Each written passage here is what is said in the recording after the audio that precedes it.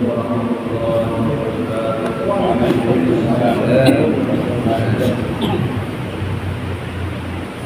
Alhamdulillah alladzi ma'ana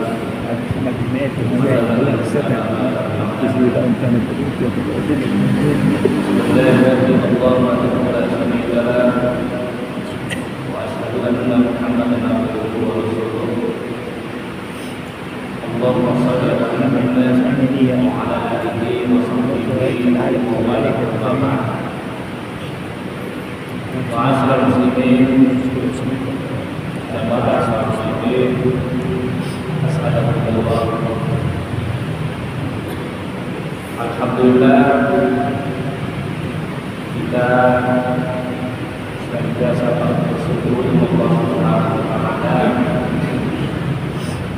di mana kita masih diberkahi oleh iman, kemudian masih juga diberikan berbagai nikmat, diberi nikmat kesehatan dan juga nikmat kesempatan.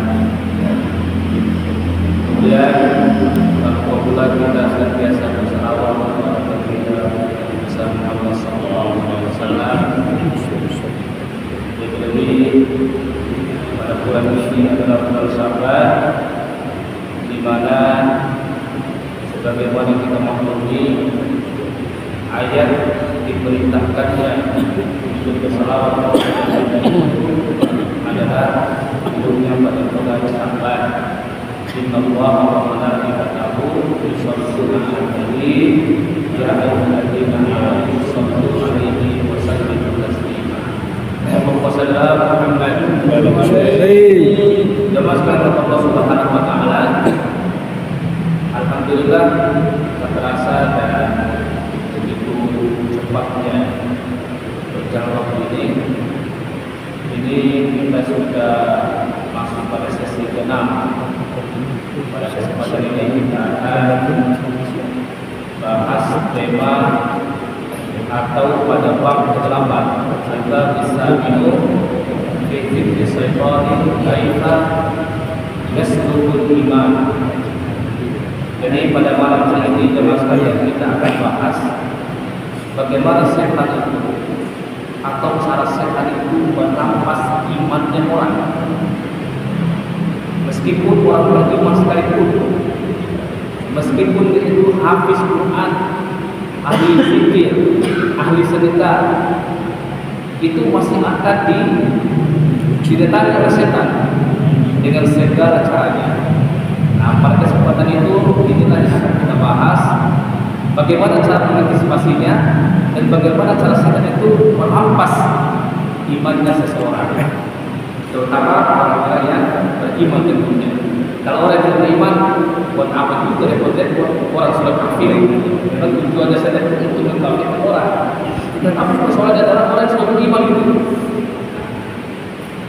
Jamaah sekalian, jadi dalam sebuah riwayat dikatakan bahwa ketika hamba menghadapi proses naza itu artinya di mana orang itu hampir mati. Ya, kalau orang biasa menyebutnya dengan lagi sekaratul, boleh deli pergi barang di luar sana, itu namanya adalah disebut dengan naza, yaitu di mana keadaan orang itu hampir mati di situ. Setan itu akan datang. Kalau saat itu setan itu, wah, kalau perlu itu jenderal-jenderal itu bintang 5 seperti bintang 5-nya kita semua itu datang itu. Datang dalam rangka apa? Dalam rangka mengkafirkan orang yang sudah beriman. Lalu setan itu akan duduk di kepalanya. Di kepala orang itu duduk setan itu, ya. Seraya berbisik, kahimuni, berbisik di kepalanya orang yang nazar, orang yang akan beriman ini. Apa katanya? Tinggalkan saja Islam. Itu yang pertama. Cok pakir Islam tiwara guna Islam pati terwaragai asli tulan itu perkara. Pertama, dia berbisik agar orang beriman itu untuk meninggalkan Islamnya. Itu yang pertama.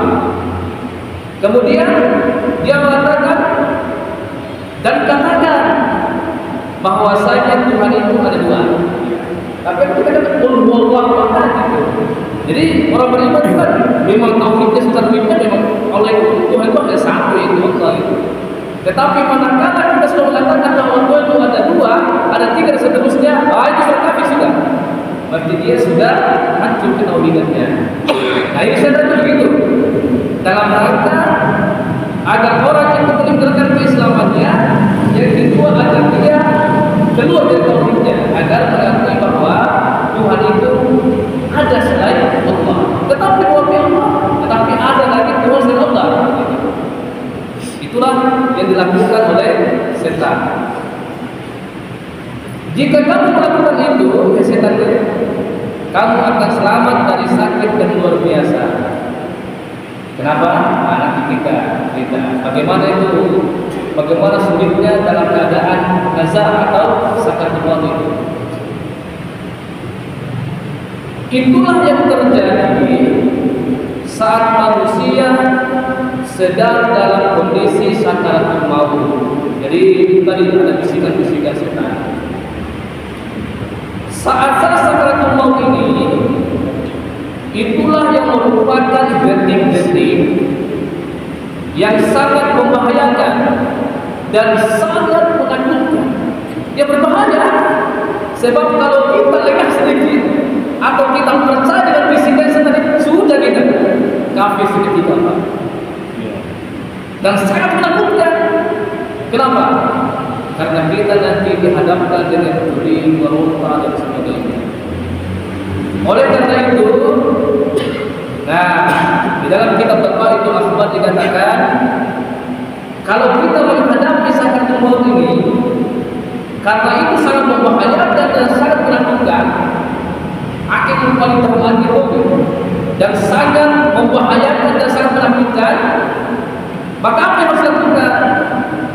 Diberitakan kepada kita, dikatakan kepada kita, hendaknya senantiasa menangis untuk bertobat.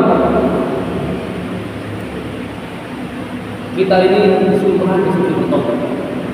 Karena siapa sih di antara kita tidak berdosa? Kalau seandainya aib-aib kita diperlihatkan ke mas kalian, banding atau pabuju, torta, iseuku, tiwara awal yang dibanding dosa-dosa kita begitu besar kita begitu banyaknya dosa-dosa kita. Maka di dalam saya katakan, kalau dosa kita dibandingkan pasir-pasir yang ada di laut sana di pantai sepanjang peneliti itu, foto dosa kita ya mas kalian. Sehingga wajib dan harus bagi kita menangis dan bertaubat kita, agar kita tidak terjebak pada bisikan dan rayuan setan ketika nanti reza ataupun kondisi sangat bermomen. Kemudian hendaklah kita itu senantiasa, dan bukan senantiasa, memang harus merendahkan diri. Tidak sombong. Bagaimana diperlihatkan bagaimana sikap sombong itu di sombong oleh iblis itu. Sekali dia melakukan kesombongan, Allah melaknat dia. Apalagi kita ini manusia. Jadi jangan pernah kita menyombongkan diri kita. Kita itu harus mempertahankan diri kita agar senantiasa merendahkan diri kita.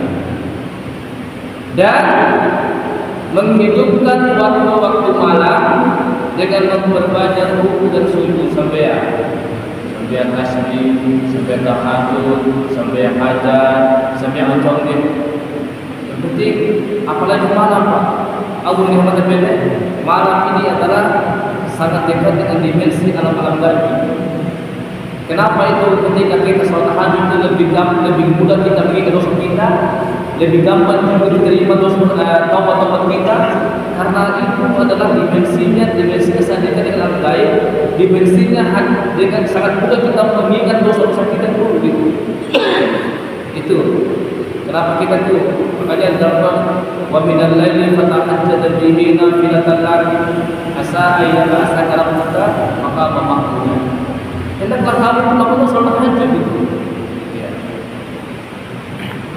Nah, suatu ketika, Bapak sekalian, Abu Hanifah ditanya, dosa apa yang paling membahayakan iman? Ya, dosa apa yang paling membahayakan iman? Ditanya oleh seseorang kepada Abu Hanifah. Abu Hanifah, pertama dosa karena tidak mensyukuri keimanan. Sampai dia tahu luar iman di hati kan? Tapi kufar, aina acutan, dikuatkan terus dengan datang menghadiri majelis-majelis ilmu, baca-baca buku agama, istiqomah dalam sholat, puasa, zakat, merasa rezeki tapi sedikit dalam haji lain. Itu semua adalah dalam rangka merawat iman. Karena sejatinya orang itu disinggapi keimanan itu adalah suatu kenikmatan besar itu, Pak. Tapi manakala kita tidak bersyukur atas nikmat-nikmat iman yang diberikan bagi kita, itu adalah dosa yang paling membahayakan, kata Abu Hanifah. Dari tadi hidup di tengah-tengah masyarakat orang-orang yang beriman, Pak.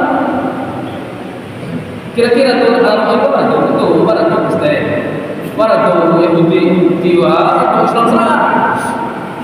Mestinya kalau kita faham dan kalau kita syukur dengan kita dicinci sehingga kita sudah makin dan cinta cukup itu.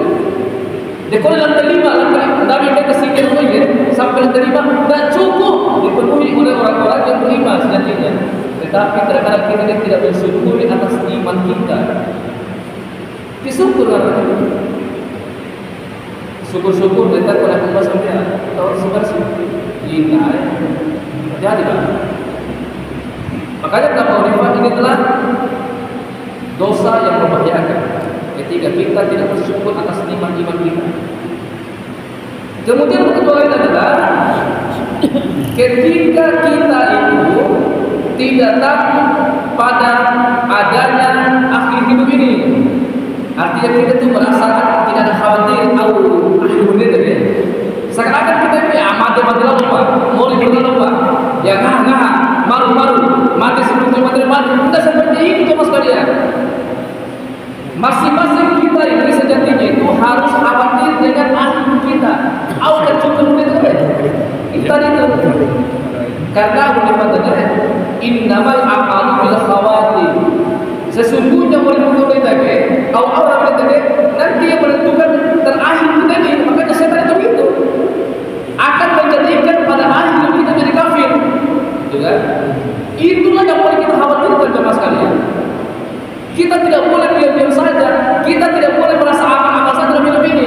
Karena ada nanti penentuan hidup nanti itu. Nah, bagaimana kita bisa nanti husnul khatimah? Bahwa pada akhir kita nanti adalah dalam keadaan baik-baik saja. Ya. Bukan sebaliknya suul khatimah. Tentunya kita istiqomah dalam menjalankan perintah-perintah Allah Subhanahu wa taala. Jadi kalau ada sekiranya orang yang tidak takut, tidak ada khawatir dengan kehidupan atau keadaan akhir hidupnya, tidak ada persiapan sama sekali, tidak takut di rumahnya, dia pernah berdoa juga, ya Allah, matikan mata dalam keadaan husnul khatimah, ya Allah. Ayo mata mati dalam keadaan suul khatimah. Itu karena kekhawatirannya. Orang beriman, makanya orang semakin beriman, semakin banyak ibadahnya, semakin banyak dia semakin takut sudah diiman. Apalagi nanti perang nanti detik-detik nanti dari nazar itu, ner bapaknya tagay. Di situ nanti peperangan kita luar biasa jemaah sekalian. Di situ peperangan luar biasa nanti. Makanya ketika ada orang di antara kita yang tidak khawatir dengan kondisi akhir hidup kita, itu hati-hati. Artinya kita tidak boleh persiapan kan? Maksudnya tadi nggak tahu sih, nggak orang persiapan kan? diuji, misalnya uji P3K, uji CPNS, uji auto ini, dah lulus, GM aku betul ada baik, GM tak ada betul ada dah. Dewa dikatakan ini nanti terakhir ini dong natangsi sama dan mati dalam keadaan sungguh khotimah, mati dalam keadaan celaka. Dia mempersiapkan kita sampai kamu dakwah kita puasa, ngaji, ngaji kan dete. Makanya Al-Quran mengatakan kalau ada orang yang tidak khawatir, yang tidak takut dari kondisi hidupnya, ini sejatinya dosa juga, dosa yang paling membahayakan. Kemudian penutupnya adalah apalagi kata Hanifah, yaitu di mana tidak takut berbuat zalim terhadap orang lain. Itu dosa besar. Zalim terhadap orang lain. Mestinya dari udau nalikan dengan lain, pengorban dan sebagainya. Warahlah bantuan pemerintah misalnya misal di mana rasanya ini. Itu mentau hampai, itu miskin muda, yang akhir berada sebentar ini. Cuma makanan keluarga kalau itu tuh padahal tidak apa bahasa tempo itu. Zolim namanya. Akhirnya orang yang berhak ini semakin menderita. Padahal orang yang tidak butuh ini dikasih mereka buat ibu sebagainya. Tuh bagi si butuh dan besudeta akan sia-sia baik. Malah nanti salah digunakan. Kenapa kita tidak kasih orang yang butuh begitu? Jadi warasi berdoa dahulu berbuat zalim terhadap orang lain, kata Abu Hanifah, ini adalah dosa besar yang paling membahayakan di akhir hidup nanti. Jangan zalim. Ini berat. Orang zalim sakaratul maut itu berat. Orang yang tidak khawatir sekarang dengan hidupnya sakaratul maut yang berat. Orang yang pandang enteng atau tidak bersyukur atas nikmat yang Allah berikan kepadanya berat nanti di akhir hidupnya. Ya. Sehingga seseorang yang di dalam hatinya terdapat tiga perkara itu, di Abu Hanifah, kebanyakan mereka meninggal dunia dalam keadaan kafir, kecuali orang-orang yang mendapatkan pertolongan Allah. Tidak syukur iman, zalim terhadap orang lain, tidak khawatir dan tidak takut terhadap hidupnya. Gaya Abu Hanifah, kebanyakan orang seperti ini, bahkan hampir semua Pak, itu akan mati dalam keadaan kafir, kecuali memang dia mendapatkan pertolongan khusus dari Allah Subhanahu wa Ta'ala. Jadi ketika Bapak sekalian, waras menghambau menyuci seperti keluargai, kalau urusan hanya persoalan bantuan tidak apalagi hampir tambah cobi bertambah mesti cari malu malah tambah beli sama lu seperti orang tadi kan ya. Nah jelas kalau Allah Subhanahu wa Ta'ala ketika seorang hamba menghadapi sakaratul maut, nah kita masuk ini sakaratul maut itu apa terjadi? Ia akan merasakan kehausan yang amat sangat. Pokoknya kamu mampu tuh coba pembineka mati jawab pembineka bawa pernah dan nomor tunai. Palingan orang ngasau itu deh. Itu pasti bukan apa-apa. Apalagi kita manusia, pasti sampai mau ke sampai dia. Kalau kita anak membeli nanti di sakaratul maut jamaah sekalian, itu nanti haus yang paling haus dirasakan dan tidak pernah dirasakan di masa hidup kita ini. Haus itu. Ayo luar biasa. Semua, bahkan orang beriman sekalipun akan merasakan itu. Mau dan hati ini saya rasa terbakar. Mau kalana hati terbakar. Coba kalau sudah dua ini yang yang menghinggapi kita saat ini enggak boleh. Ya. Sehingga dikatakan inilah keadaan paling menyedihkan. Jadi konsumsi ya, orang denta bangun lalu kelar adil, ya kan? Sehingga inilah saat-saat terbaik atau saat-saat emas bagi setan itu untuk merampas iman seseorang. Kesempatan berubah, kesempatan boleh mengubah. Aku kira-kira paling butuhnya kamu mau dengar. Oh itu loh, kenapa setan ini? Oh, karena si mukmin atau orang beriman itu tengah mengalami rasa maut yang sangat mengerikan di tenggorokan. Pada saat itu setan akan mendekati kepala seseorang sambil membawa semangkuk air yang dingin, anu air biasa kayak AWS kan. Dari tempat keluar kita nunggu AWS kan. Tiwaran waktu tergoda saja deh. Bunga membangun pekerjaan tiba-tiba marah, sorry.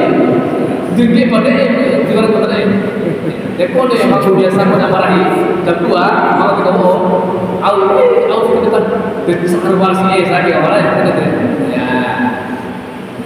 Tetapi di dalam setan itu Pak, setan itu akan menghampiri kita di saat begitu mau kalau doa ya di saat tenggorokan itu untuk kering merasakan kehausan yang paling sangat dan hati ini terbakar rasanya.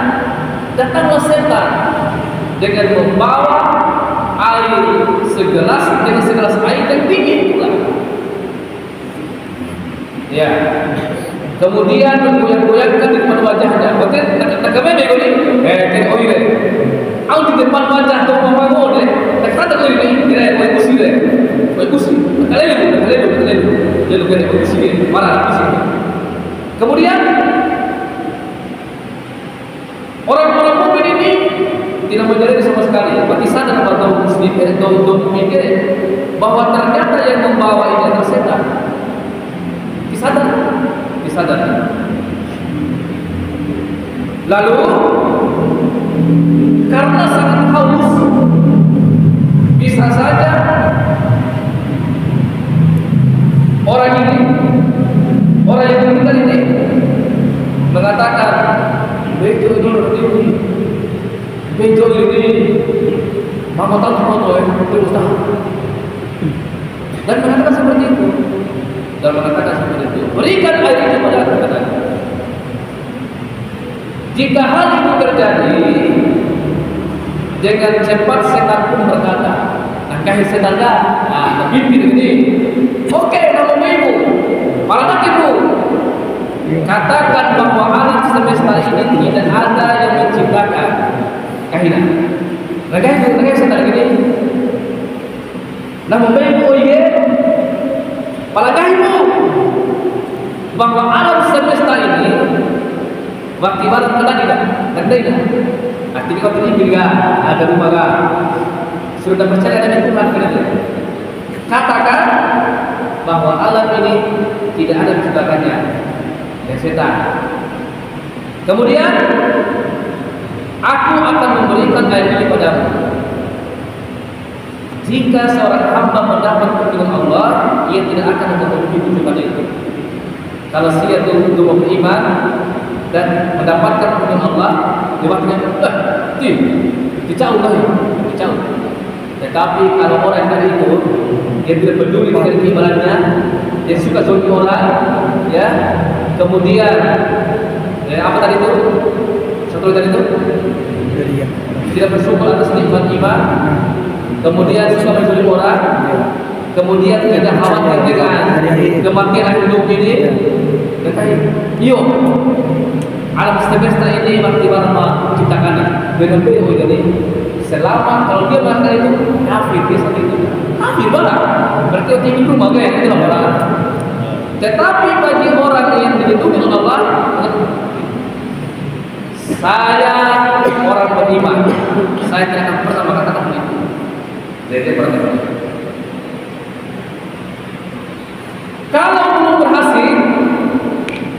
boleh juga tadi, berarti berhasil kan? Setan itu akan mendekati kedua telapak kaki. Akan dekat di wajahnya. Dalam awal dia tidak. Gagal di wajah, masuk lagi ke kaki, memburu lagi di kaki lagi. Lalu di kaki ini dia menggerak-gerakkan lagi semakin baik lagi untuk menggunakan kere, oire, menggunakan awal ke oire, menggunakan oire, menggunakan oire. Ada tidak. Karena sangat haus, tentu orang ini akan mengatakan berikan aja di aku. Lalu setelah dikatakan, oke, ngomongin oire tolong, dia lawan ngomong oleh, pala, enggak ke. Katakanlah sesungguhnya Rasul itu pembohong, coba gaibu bahwasanya Muhammad itu adalah pembohong. Dia kurang ada kan? Kalau orang yang tidak dilindungi pada gaibu, kalau pembohong yo Muhammad itu pembohong. Belum boleh. Malah ketika itu dia kafir. Tetapi bagi orang yang beriman, dia saya tetap mengakui bahwa Muhammad adalah orang siddiq, orang yang amanah, orang yang itu adalah utusan Allah. Ya. Barang siapa termasuk orang yang dilaknat oleh Allah Subhanahu wa taala, dia menuruti perintah itu. Dia tidak bisa bersabar atas dasarnya rasa haus yang menimpanya. Tadi, pokoknya do yang tidak dilindungi Allah atau dilaknat itu, kayaknya berterima. Beda berkah ibu baik, tidak loh bagi Muhammad bohong, padahal itu tidak kenal, yang penting orang yang memang sudah selesai. Kalau saya kata orang kafir sudah selesai itu. Tetapi sebaliknya bagi orang yang beriman, bagi orang yang dijamin Allah Subhanahu wa taala, dipeduli yang harus pada asal Allah, dia tahu bahwa ini adalah tipu dayanya syaitan. Ya.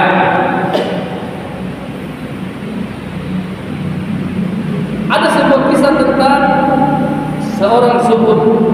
Jadi orang yang subuh, orang yang bersabar, orang yang istiqomah dan sebagainya, bernama Abu Zakaria. Mungkin pernah dengar berbagai karena Abu Zakaria. Ketika ia mendekati ajalnya atau masa ini, beberapa kerabat datang dan menyampaikan misalnya tadi, dan misalnya tadi tadi. Kita juga punya bapak ya, masih kita untuk dari materi. Ya, pokoknya itu mesti nakik ya mas kalian. Kita berbagai luar keluarga pak kita dari materi untuk video materi enggak. Ya, materi kan marah juga itu. Kalau bukan materi boleh pilih dia angki nanti tulis dia itu dia. Kalau warna bukan ini, ya. Setidaknya kan, kalau materi kan baru bisa biasa. Itu ada cerita sampai haus seperti itu. Jadi berapa? Ayo ya bacakan doa, zikir, rahawiyah mengampun dan sebagainya. Mana ada orang rahawiyah, mudah-mudahan dia ini mati dalam keadaan husnul khatimah. Itu berdoa lagi. Ya, karena doa itu boleh diwajibkan, doa itu bisa bertakdir. Makanya tadi Abu Hanifah katakan itu mungkin anggapan kita hari ini adalah orang zalim misalnya. Tetapi kalau Allah berkehendak, bisa saja dia mati dalam keadaan husnul khatimah gitu. Makanya ada pengecualiannya. Ya. Makanya kalau ada keluarga kita nak lagi sambil kopi, kemudian kita pecat kopi, tetap kita doakan supaya tetap husnul khatimah. Nah, ketika mendekati ajalnya, beberapa kerabat itu datang dan memadati dalam keadaan seperti maut. Datang orang pendengar ini, para keluarga, para anak, dan orang-orang terdekat, sebagainya datanglah. Lantas, salah satu seorang dari mereka itu menuntutnya untuk mengucapkan kalimat thayyibah, kalimat la ilaha illallah wa di Iko la ilaha illallah. Tapi nanti ada caranya. Kita doa bahwa sebetulnya kalau cara tidur itu sekalian kita paksa. Karena bunga berjuang ini lagi kasih lagi sementara perang sama saya tadi di kalian. Ada paksa, ada terus nanti pelan-pelan saja, pelan-pelan sekali-sekali saja. Ya. Apalagi kalau dia sudah mengucapkan la ilaha illallah sudah gitu. Kecuali nanti mau melewati, usahakan tadi kembali. Kalau sudah mengucapkan la ilaha illallah atau wara isarnya, berarti sudah mengucapkan misalnya kalau beda sudahlah, ayo paksa lagi. Ayo sampai jelas kan berarti dia mau segala tuh kamu nontak punya yang la ilaha illallah ke boleh tadi antum kalau musuh terbuka ini saja abis tadi ini kita dengar ini saja nih ini senyatanya masalahnya ini ada salah seorang dari antara itu mentalkin menuntut dengan mengucapkan la ilaha illallah namun pada dua bersumber namun ia malah memalingkan wajahnya besok turun dia besok bangunan dan tidak mau mengucapkan kalimat itu. Padahal aku hanya ucapkan la ilaha illallah, tapi bangunan. Besok bangunan. Mereka mencoba menuntutnya lagi untuk kedua kalinya. Kedua kalinya lagi, coba lagi. Misal kedua kalinya. La ilaha illallah. Sama. Besok bangunan. Jangan makan. Besok bangunan. Nah, mereka pun mencoba lagi untuk ketiga kalinya. Ketiga kalinya, kali ini Abu Zakaria menjawab, tidak. Tidak. Aku tidak akan mengucapkan kalimat itu. Kalau kalian untuk la ilaha illallah, atau kalian kata tidak. Saya tidak akan mengucapkan kalimat itu. Kahim Abu Zakaria tadi itu. Sesaat setelah melontarkan jawaban itu, ia pun jatuh pingsan. Bisa Abu Zakaria ya. Setelah melontarkan itu bisa dia. Beberapa saat kemudian Abu Zakaria sadar kembali dan merasa tubuhnya lebih ringan, lebih baik lagi. Nah, lalu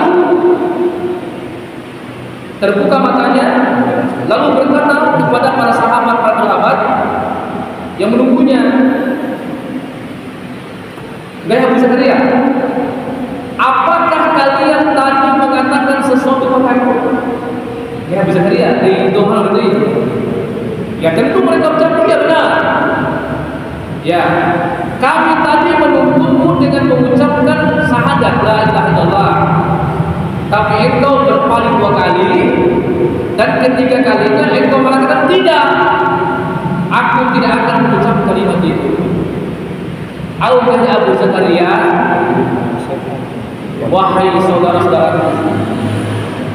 saudara-saudaraku, ketahuilah bahwa tadi itu iblis datang kepadaku dengan membawa secangkir air dingin, kemudian berdiri di sebelah kananku seraya menggerak-gerakkan mangkutan itu. Ia bertanya kepadaku, apakah engkau membutuhkan air ini? Saya menoleh, tahu gak? Tapi bertepatan dengan dituntut oleh Allah. Tapi bertepatan juga iblis menawarkan air itu. Makanya dia menoleh. Ya, bersamaan menoleh. Kemudian aku menjawab ya, aku membutuhkannya. Dengan cepat iblis berkata kepadaku, katakanlah sesungguhnya Isa adalah anak Allah. Aku pun menolaknya. Akan tetapi ia mencoba mengulangi lagi dengan mendekati kakiku seperti itu, dan mengulangi lagi apa yang dia lakukan kepadaku sebelumnya. Pada kali ketiganya ia berkata kepadaku, katakanlah sesungguhnya Tuhan itu tidak ada. Dia berkata kedua kali lah, dia bercanda kene, aku menolaknya dan aku katakan tidak gitu. tidak dimaunya.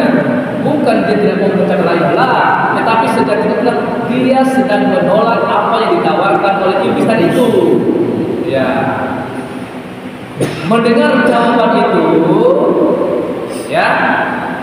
Mendengar jawaban tadi itu, iblis karena bilang tidak, dia sudah tegas berkata tidak, iblis langsung membanting mangkoknya, ya, ke tanah dan lari jauh dari itu. Dia diambil lawan iblis kan.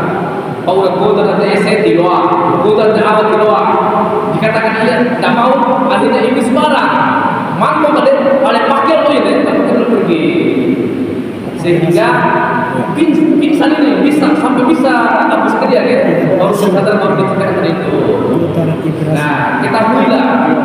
Sebenarnya aku tadi itu adalah menolak permintaan iblis, bukan permintaan kalian. Jadi siapa yang tidak ada kehendak menolak kedua kali tadi itu sejatinya menolak permintaan iblis, bukan menolak atas tuntunan tadi itu. Jadi ceritanya. Nah, termasuk Allah Subhanahu Wa Taala. Tentu selanjutnya saya bersaksi, akhirnya dia bersaksi. Ya, apakah saya saksikanlah? La ilaha illallah. Dia bersyahadat Pak. Setelah itu sudah tidak. Nah, berkaitan dengan kisah tersebut, Mansur bin Ammar berkata, apabila seorang hamba telah mendekati ajalnya, nazar ini, ya, keadaan terbagi menjadi 5 bagian. Pertama, hartanya untuk ahli warisnya. Ini harta negara ini. Kedua, ruhnya untuk malaikat maut, dagingnya untuk makanan ular, kemudian bulannya untuk makanan tanah, dan kebaikannya untuk menahan musuh-musuhnya dan setan ketika akan merampas imannya. Nah, akibatnya kebaikan kita itu mas sekali. Jadi jangan pernah bosan untuk berbuat baik. Lalu ia menambahkan, bolehlah ahli waris pergi membawa hartanya, malaikat maut mencabut nyawanya, ular memakan dagingnya, dan musuh-musuhnya melupakan kebaikan-kebaikannya. Akan tetapi jangan sampai setan merampas imannya saat dalam keadaan sakaratul maut.